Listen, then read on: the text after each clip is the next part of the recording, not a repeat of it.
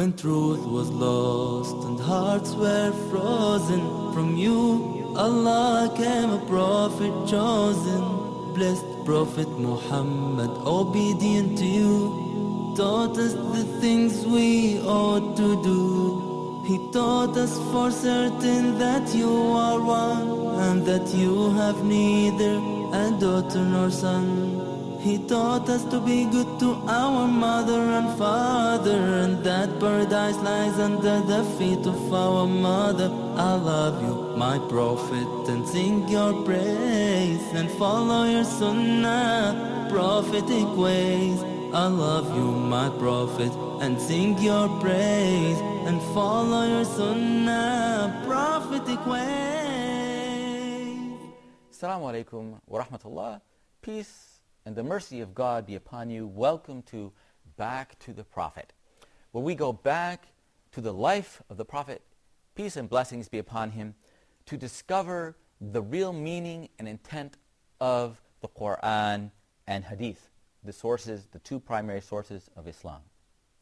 In a previous episode, we were talking about the Battle of the Trench, the Khandaq, and a great victory that came by careful planning and tactics, and then by a miraculous wind that frightened the gathered Confederate army and caused them to abandon battle and lose a battle that was never fought by weapons, but actually was a victory directly from the heavens by Allah Almighty.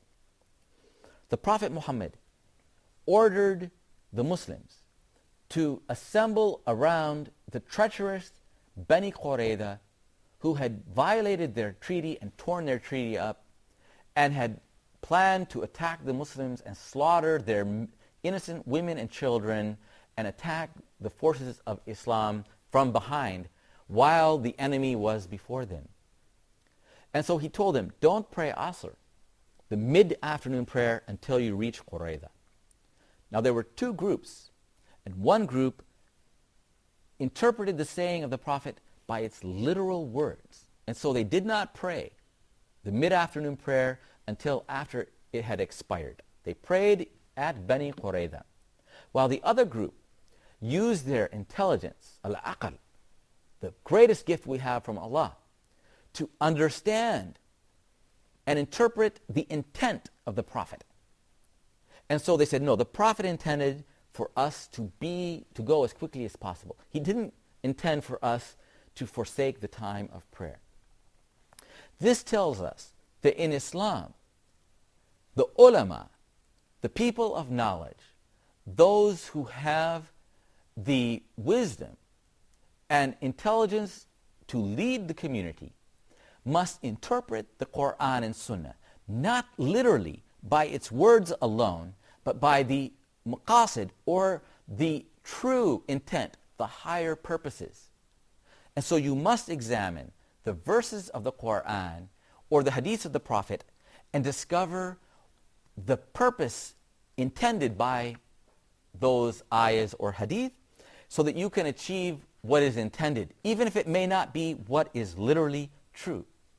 And so the people of knowledge are those who look for the intent and purpose of the lawgiver in revealing the law to us. Not necessarily those people who follow the literal word-for-word meaning. And so our great imams, as Abu Hanifa, Imam Malik ibn Anas, Imam Shafi'i, Imam Ahmad ibn Hanbal, rejected those people who are called Zahiris, those people who only follow the literal meaning of the Quran and the Sunnah, and they followed the intent and purpose of the lawgiver as much as their intelligence and reason could tell them. This was a very important time, because Bani Qurayza had betrayed the Muslims from inside their community. You can imagine a nation under attack from outside, and a community within that nation helps the enemy from within. Living at peace in a country, you must protect your country and its people, even if your country and people may be of a different religion than yourself. Yet you have an oath and an allegiance to your homeland where you're living in peace with your neighbors, even if they are Christians or Jews or other people. You cannot betray them, stab them in the back, and violate their security. And so they were punished by the decree of Allah. Those people who had not violated their treaty and had disagreed and did not violate their law, their treaty, and disagreed with their people, the Prophet Muhammad ﷺ allowed them to go freely and to leave and go wherever they wanted in peace. And those men who were adult males, who had planned and attempted to execute the murder of innocent people, were sentenced to death, and that took place. Just as today, people who plan acts of murder and terrorism, even if they're not able to carry them out, are punished by the law, sometimes to the utmost price. And so this battle was fought in psychology, in spirit, as well as in the hearts and minds of people. And there are clear lessons that our religion is a religion of peace and security, law and order, and justice and fairness, and it must be also a rational religion, not the religion of narrow-minded people who can only read words and letters on a page and cannot understand the higher purpose, or maqasid ash-sharia, the higher purpose of the laws.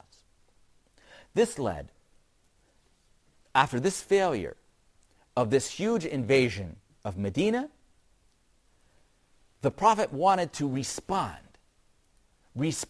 to this attack.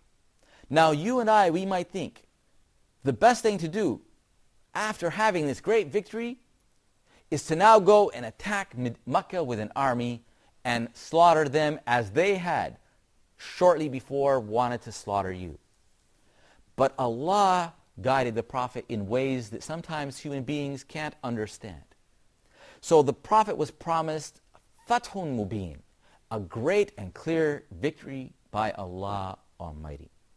The Prophet saw a vision that the Muslims were wearing the garments of Ihram, the garments of pilgrimage, of Hajj and Umrah, with their hair shaved, as the pilgrim, after completing the rites, shaves or cuts his hair, and sacrificing their sacrifices and gifts to the house of Allah Almighty. And so in Dhul Qa'dah, the year 6 of the Hijrah, the Prophet was accompanied by 1,400 Muslims to go and make a peaceful pilgrimage. They were unarmed except for the very kind of small weapons that you would normally take with you on a trip. But no armor and all the lances and bows and arrows and all that kind of thing that you would need to fight a war. They went peacefully to enter Mecca to show Quraysh that we are standing up for our right to worship at the house of Allah, the house built by Abraham, because we are followers of Abraham, and we will peacefully enter Mecca. But Quraysh would not have the peaceful Muslims enter Mecca by any means. So they sent Khalid ibn Walid with his cavalry to stop them. And so the Prophet tried to go to Mecca through the back way. And on their way, before they got to Mecca, they stopped in the valley of Hudaybiyah. And when Khalid heard and discovered this trick, he quickly backtracked to Mecca to prevent them from passing Hudaybiyah and entering into the sacred precincts of Mecca. In Hudaybiyah, suddenly, the camel of the Prophet ﷺ stopped and it knelt. And he said, just as Allah ordered the elephant of Abraha on the year of the birth of the Prophet, when the elephant was invading Mecca, it stopped by the order of Allah. So my camel has stopped by the order of Allah. I will not proceed. And if Quraysh offer me any good terms, I will be open to their terms. But Quraysh would not listen, and they would not take this chance to negotiate. Every person who went to the Prophet saw that they were peaceful pilgrims, and they were not armed, and they were not supplied for war, and they realized they had brought their sacrificial animals, the hedi, camels and sheep that they wanted to sacrifice for the sake of Allah in Mecca, as is the right of anybody in Arabia at that time. But Quraysh would not hear it, and they would not listen to any reason. And anybody from their own allies who came to them trying to intercede, saying, look, let the Muslims in, they would insult them and send them away. And so many of the allies of Quraysh were insulted and departed and left from their former allies and abandoned them in Mecca. At this time, Quraysh sent Urwa ibn Mas'ud to the Prophet to negotiate. And the Prophet ﷺ kept warning the Prophet and insulting him and in very clear ways. But the Prophet was very, very patient with Urwa. And when Urwa saw the devotion of the companions to the Prophet, he realized that they are never going to surrender. It's better for us to allow them to enter Mecca peacefully. The Prophet would not allow the Muslims to fight. He knew that Quraysh would like to take any opportunity for war. So Quraysh sent, for example, young men at night to throw stones and attack the Muslims. But the Muslims would not respond, and they would not attack those youths. And when they grabbed them, they would simply send them back home. So the Prophet did not allow them to be provoked. And we today find that the Muslims are always easily provoked. And people who are in opposition to Islam insult Islam or attack Muslims to provoke a violent riot or an outburst to humiliate the Muslims and to make Muslims look like people who are very violent and unreasonable people. But the Prophet would not allow the Muslims to be provoked into violence. That was not his intention, and that was not his vision. And so the Prophet ﷺ sent Uthman ibn Affan to Mecca to negotiate. And he went to Quraysh and said, I only came here so that I can make tawaf, circumambulate the Kaaba. And Quraysh said, well, you're free to do that anytime. But he said, I won't do it until first Allah's Prophet does that. And of course, they would never allow him to do that. And so Uthman ibn Affan, while he was in Mecca, took that opportunity, trying to negotiate, visiting the houses of some of the Muslims who were being persecuted and still lived in Mecca but were held prisoner and could not leave, telling them, don't worry, Allah has promised for you Fathun Mubin, a clear victory, so be very happy. And so those persecuted Muslims who were being held in chains as prisoners in Mecca were very, very happy to meet Uthman ibn Affan. But Quraysh heard of this and said, you are violating the terms of entering Mecca, and so they kept him prisoner in his house. We'll go back to a break, and we'll be back shortly, inshallah. Assalamu alaikum. I love you, my Prophet, and sing your praise, and follow your sunnah, prophetic ways.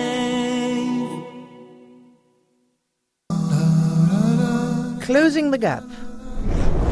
Why closing the gap? In this program, Sheikh Yusuf Estes and Omar Dunlap are going to discuss how to bridge the gap between peoples of different cultures and orientations, the gap between males and females, Muslims and non-Muslims, the East and the West. Human beings feel like that they're being slighted one way or the other. The gap between the youth and the elders, the gap between various status in working, the work field, and education, and then trying to provide solutions for these particular problems.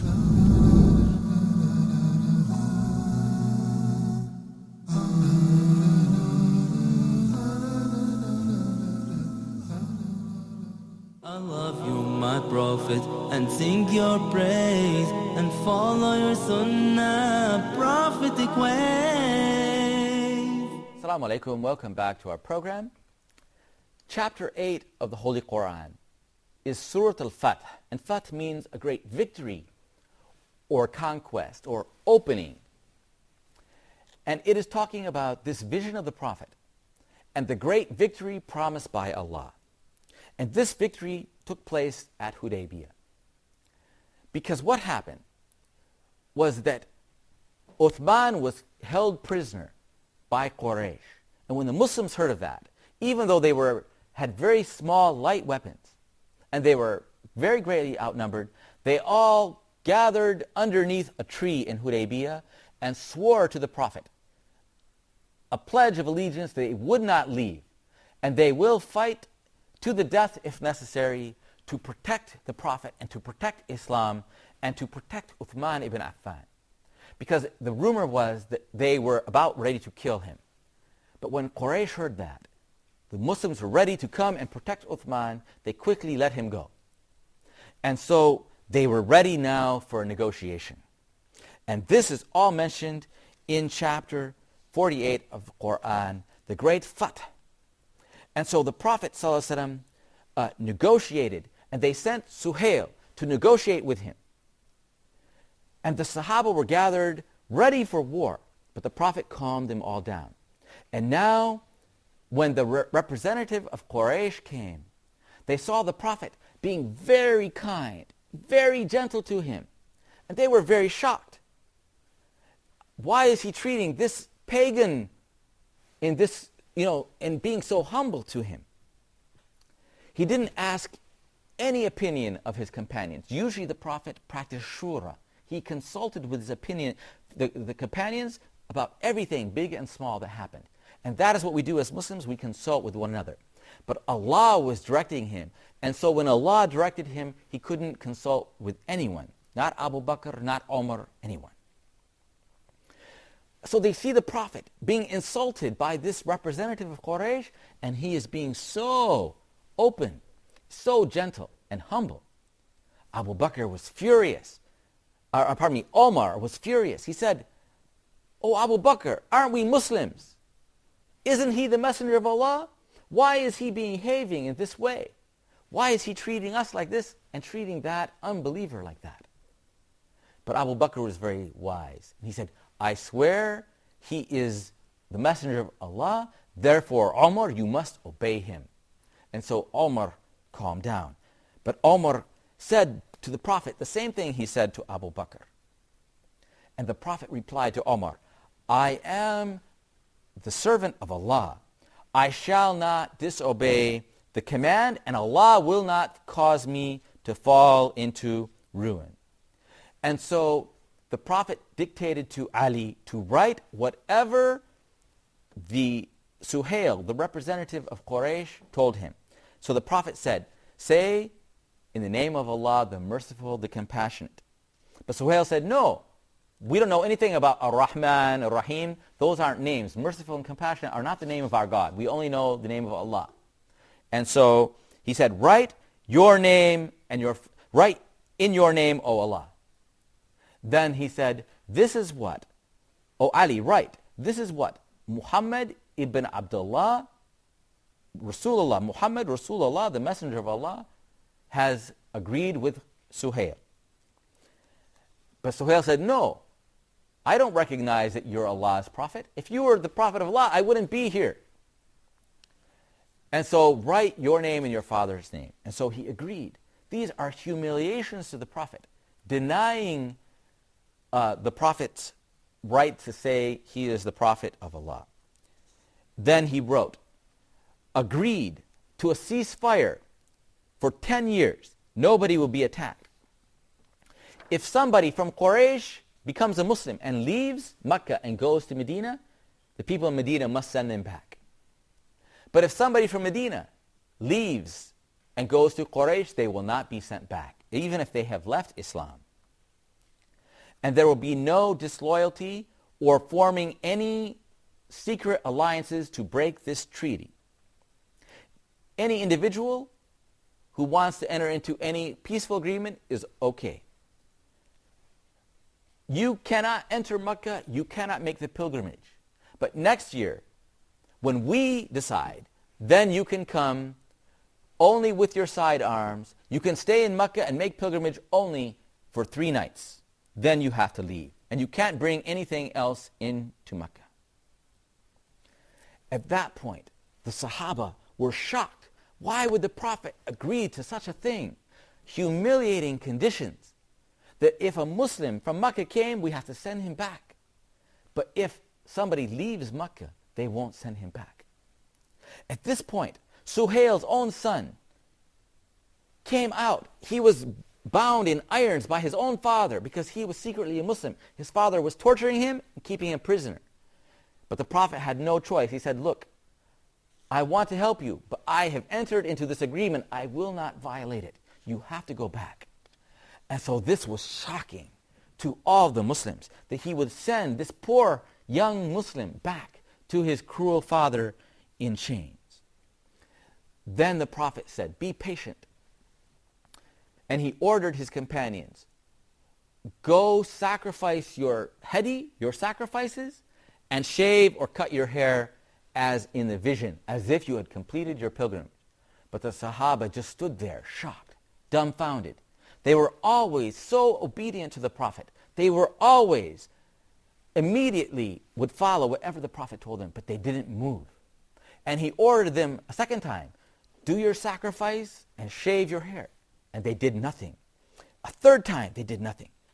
Finally, the Prophet went into his tent and he talked to his wife, Salama, and told them what happened. And she said, of course, they're in shock. You go out, you sacrifice, and you shave your hair, and then they will do. And so that's what he did. He went out, he sacrificed, and then he shaved his hair. And his Sahaba snapped out of their daze, and they realized he is Allah's Prophet, and they did what they wanted. But their hearts were so full, they were so confused. They were full of grief. They had been promised a great victory, fath, from Allah. And this is what they got. So it was time for them to shave one another. There were no barbers with him. So they had to take their razor. But they were so full of grief, their hands were shaking like this. They were afraid they would kill each other. They kept cutting each other with the razors. They were so full, they were so confused and so emotional. They were afraid they would kill one another. This looked like it was a failure. But Allah calls it Fathun Mubin, a clear victory. And in a short time, Quraysh realized the negative implications. They lost most of their allies. Most of the Arab tribes saw the Muslims as successful and peaceful and just and fair, and saw Quraysh as being vengeful and arrogant. And so they broke their alliances with Quraysh, and they entered into alliances with the Prophet sallallahu alaihi wasallam. Before, there had been these clashes, but now, instead of fighting, everybody could meet together peacefully and negotiate. So people could come to come to Medina and hear about Islam. Then they would go back and teach Islam to their families and their relatives. And so within a short time, thousands and thousands of Muslims entered into Islam all over Arabia from all the different tribes. Within 2 years after Hudaybiyah, Islam had increased many, many times over. At Hudaybiyah, the Prophet had 1,400 men. But 2 years later, at Fath Makkah, the opening of Makkah, he went there with 10,000 well-armed men. It was truly a great victory. Today, many of us see victory as something that we win with blood, with weapons. But this was a victory through diplomatic negotiation, skillfully, politically maneuvering, so that when you win the peace, you don't have to fight a bloody battle. In fact, there would never be a bloody battle against Quraysh again. But they had already fought their last battle, but they did not know that. And so you have to see that in Islam, there's more than one way to win. You can win politically and diplomatically. It's foolish that you would always try to win by military conquest or fighting when all you have to do to protect Islam is to make a peace so that the da'wah and the invitation of Islam can spread all over the world. Today, every city of Europe And North America and South America has mosques and Islamic schools. And Islam in books, the internet, and television is found all over the world. And the thousands and thousands of people enter into Islam day after day with no conquest at all. The majority of Muslims today live in countries that have never been invaded by any Muslim army ever in history. Not by the Sahaba and not by anyone after, but countries that have peacefully entered into Islam over the last 1400 years. And Islam keeps spreading more and more. Many great countries of Islam have embraced Islam after colonialism. In modern times, when the French, the English, the Germans, the Dutch, and other people conquered many countries, and they tried with all their wealth to spread their religion, yet Islam spread in those countries faster, because once they established peace and security, Islam was able to spread the messenger of the message of Islam, its universal message for peace and security, spread throughout the world.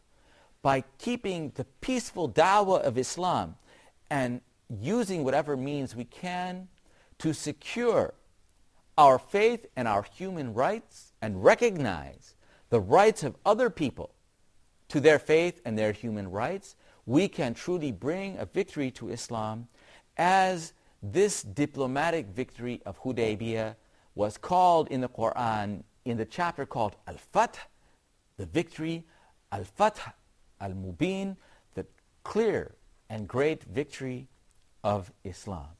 And so we shouldn't be narrow-minded as Muslims, but we should see all the potential and all the possibility, use our reason and minds to choose the best way. May Allah Almighty guide and protect all of us and all the Muslim Ummah.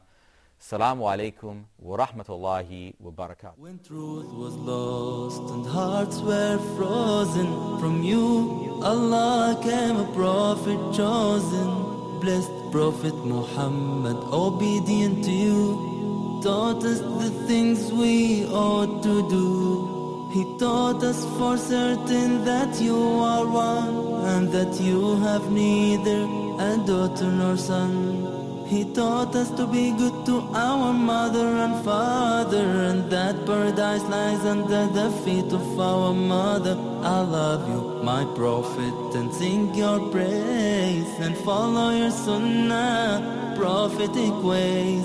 I love you, my prophet, and sing your praise, and follow your sunnah, prophetic ways.